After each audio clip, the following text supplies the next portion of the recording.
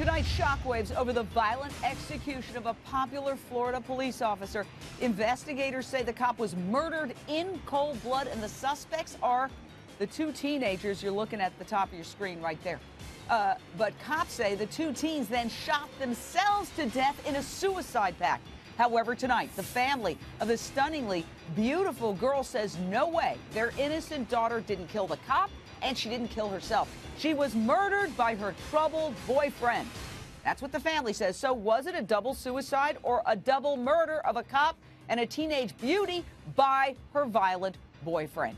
It happened last Saturday while Officer Robert German was patrolling this multi-million-dollar, super exclusive neighborhood near Orlando. At about 4 in the morning, the officer called for backup after stopping these two teenagers, 18-year-old Brandon Good and his 17-year-old girlfriend, Alexandria Hollinghurst. The two were suspiciously walking near a multi-million-dollar home in the middle of the night. When backup officers arrived, the cop was laying on the ground with a gunshot to his head. Seconds later, the responding officers hear more gunshots nearby. Cops say the teenage couple was laying a block away, both of them dead from gunshot wounds. Friends and family of this beautiful girl are completely shocked. She was always quiet, to herself, but she had friends here and there. She did online classes, the college credit classes to graduate early. We've reached out to Alexandria's parents, have not heard back. Our hearts go out to them. Straight out to the Lion's Den. And News 96.5 reporter Mark Starling in Orlando, near where all this happened. Mark, tell us the brand new information about how this actually started the day before when the girl vanished and cops were looking for her and the missing boyfriend, describing them as endangered and suicidal. That's right, Jane. This was out of actually Polk County, and Polk County was asking for assistance in finding these two teenagers. Well, an officer in Kissimmee spotted this car in a Walgreens parking lot, and when he went to approach them, they basically tried to run him down. They were not able to relocate the vehicle right away. In fact, they didn't find that vehicle, Jane, until this morning.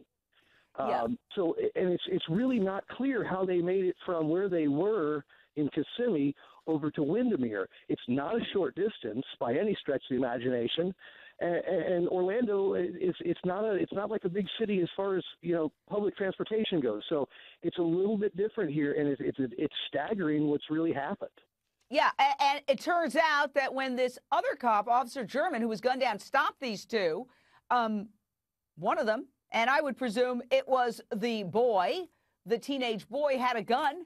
And the next thing you know, the officer is dead, lying on the ground with a bullet to the head. Now, tonight, Alexandria's family says she is also a murder victim, not a suicide. She was a star student, working hard to graduate high school early, but she had this boyfriend with a very long criminal history, even though he was only 18. Just last month, Brandon Good was arrested for possession of marijuana and underage drinking charges.